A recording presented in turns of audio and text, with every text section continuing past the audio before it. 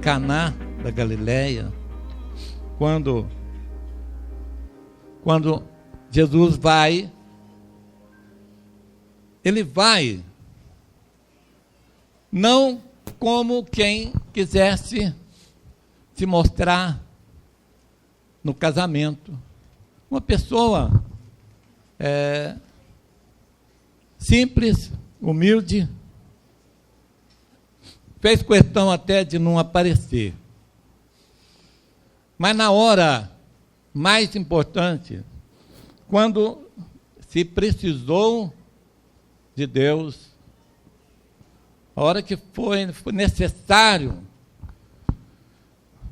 a presença de Deus, ele estava ali. E foi chamado.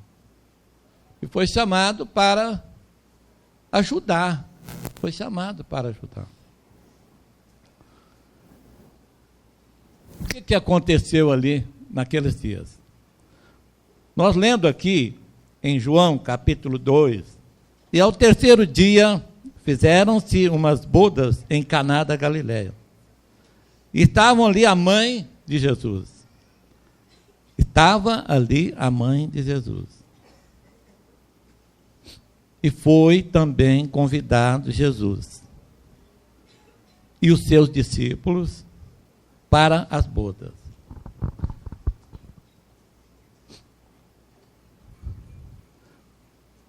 E faltando o vinho, a mãe de Jesus lhe disse: não tem vinho. Disse-lhe Jesus: mulher, que tenho eu contigo? Ainda não é chegada a minha hora. Sua mãe disse aos serventes: fazei tudo quanto ele vos disser. E estavam ali postas 6 talhas de pedra para as purificações dos judeus. E em cada uma cabiam 2 ou 3 almudes. Disse-lhe Jesus: enchei de água essas talhas, e encheram-nas até em cima.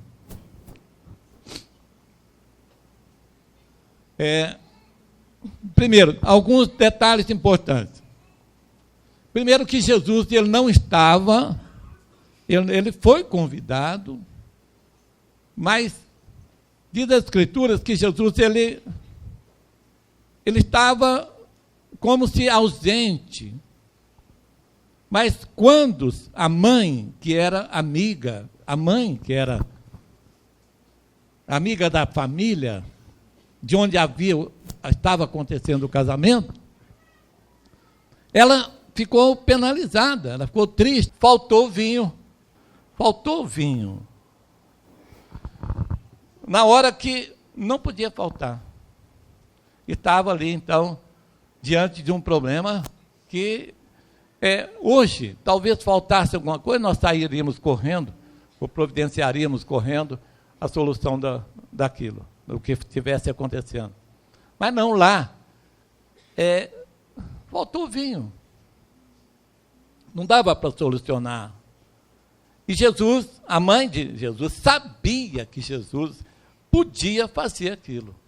Eu fico sempre pensando, assim, que Jesus, em casa, ele orava com os irmãos, ele orava com a mãe, ele orava com o pai, com José.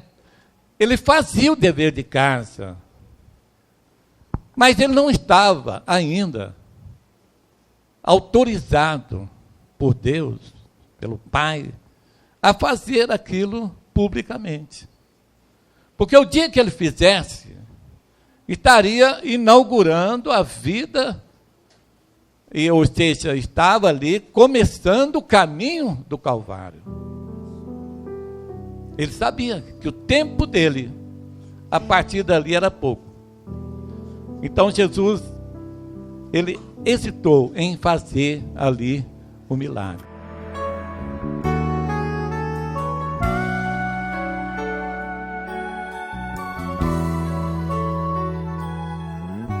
Sobre nós o teu Espírito, Senhor, não deixe esta chama nunca se apagar. nascemos só pra te adorar. Queremos em tua presença estar. Sobre nós o teu Espírito, Senhor. Não deixe esta chama nunca se apagar. Nascemos só pra te adorar. Queremos em tua presença estar. Te adorar, te bendizer, pois tu és a razão do nosso ser. Te adorar, te bendizer, pois tu és a razão do nosso ser. Te adorar, te bendizer, pois tu és a razão do nosso ser. Te adorar, te bendizer, pois tu és a razão do nosso ser, do nosso ser.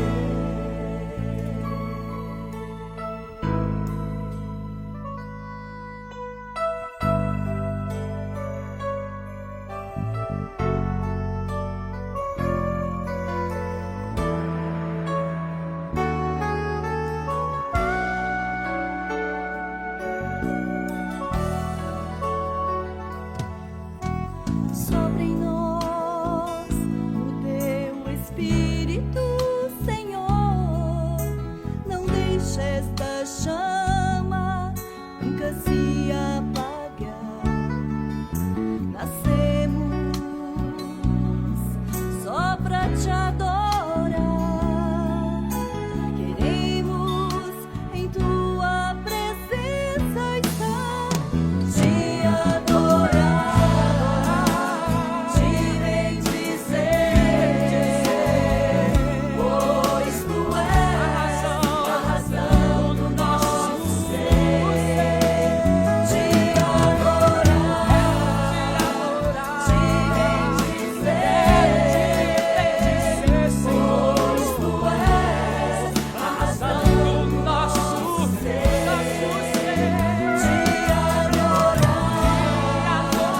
te bendizer, pois tu és a razão do nosso ser. Te adorar. Mas ele sabia que se ele pedisse, Deus faria para ele. Como aconteceu? Ele manda encher as talhas e simplesmente disse para as pessoas que estavam ali servindo, né? Disse-lhe Jesus: tirai agora e levai ao mestre Sala. E levaram.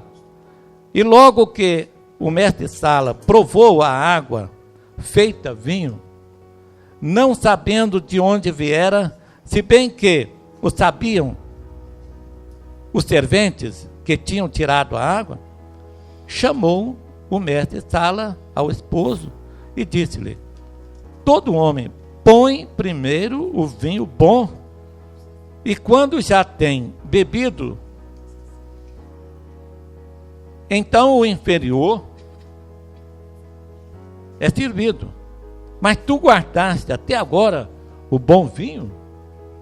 Ele achou estranho que aquele vinho era melhor do que o primeiro, porque normalmente nas festas ali era servido primeiro o vinho mais fraco, porque ninguém sabia que tinha faltado vinho. Seria, não seria aconselhável tomar conhecimento, faltou vinho, não deu tempo para isso. Então a pessoa estranhou que o vinho servido, depois que todo mundo já estava em um grau de alcoolismo já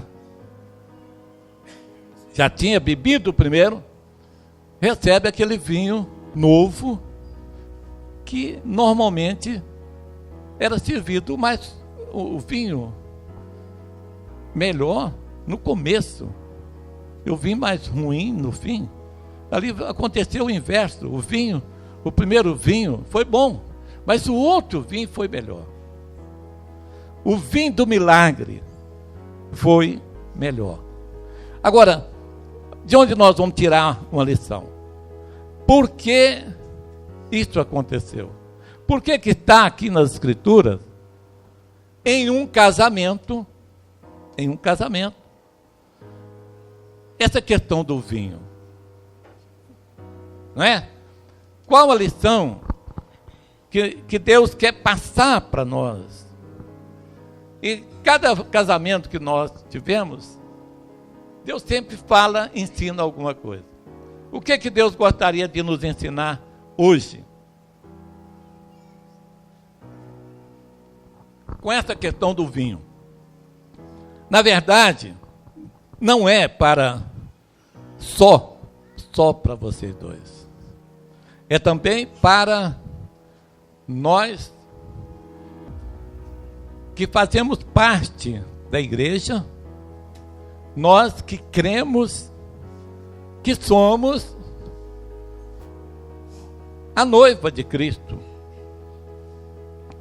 que nós também fazemos parte de um casamento, que nós também tivemos uma aliança um dia com Deus.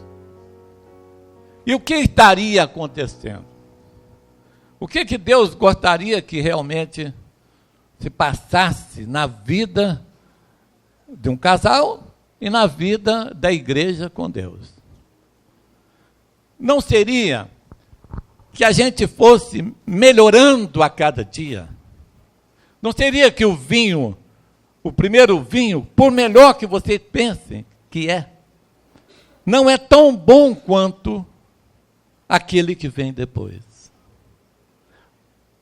Se não é, Samara, tem que ser. Se não é, Serginho, Deus aconselha que seja. Amém? Os primeiros tempos do casamento é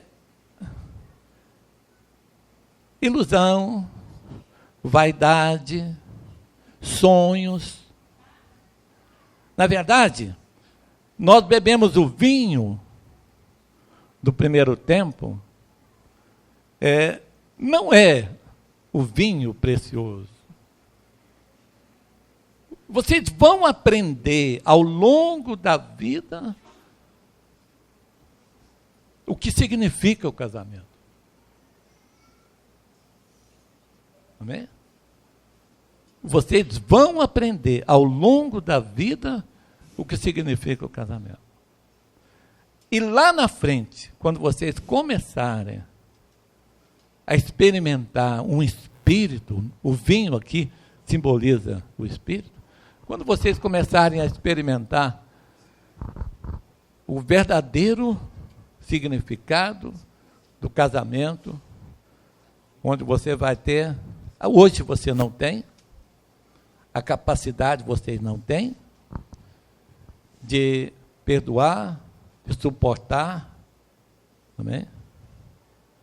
A capacidade de entender um ao outro. Então lá, aquilo que era transitório, passageiro, passa a ser definitivo, né? Vocês vão ali beber um vinho novo. Um vinho novo. E todo mundo sabe que o vinho novo, ele não tem o mesmo sabor de um vinho velho. Então, o gosto difícil, um gosto difícil. mas de uma qualidade muito superior. A luta, a tribulação, com certeza virão. Então, é bom que vocês entendam que virá na vida de vocês, como veio na vida de muitos, e muitos não suportaram, e muitos não entenderam que viria um vinho novo. Amém? Antes que terminasse a festa, antes que terminasse o casamento, antes que termine os seus dias, isso serve para todos nós. Vem o vinho novo. Vinho novo. Na boca não tem o verdadeiro, o melhor sabor. Não tem na boca o melhor doce do vinho velho. É um vinho que atordoa, é um vinho que passa com dificuldade. Mas ele o vinho é o melhor.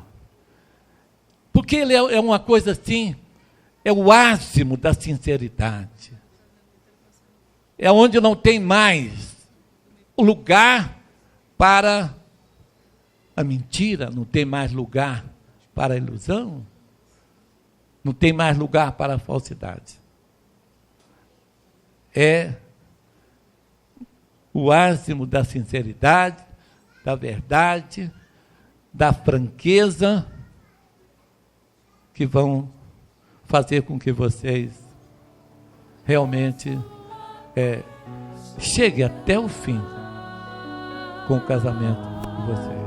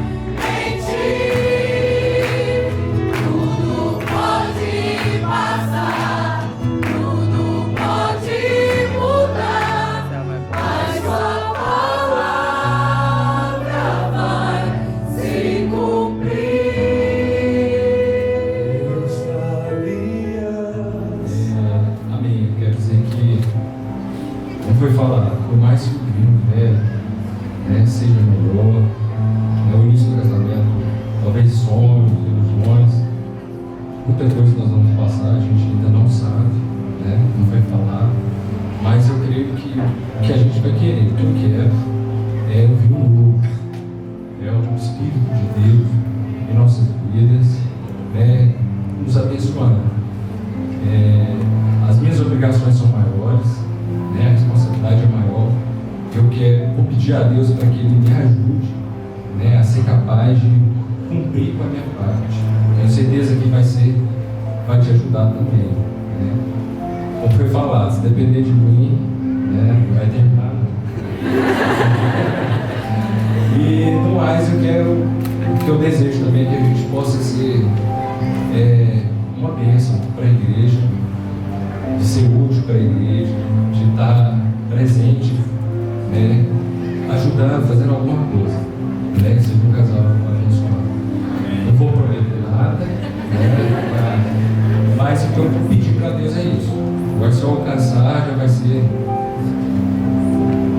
boa coisa, né? Amém. Eu te amo. Desde o nosso noivado, ele tem nos alertado que o casamento não é fácil, que as dificuldades vêm, né? Então eu creio que Deus está nos alertando.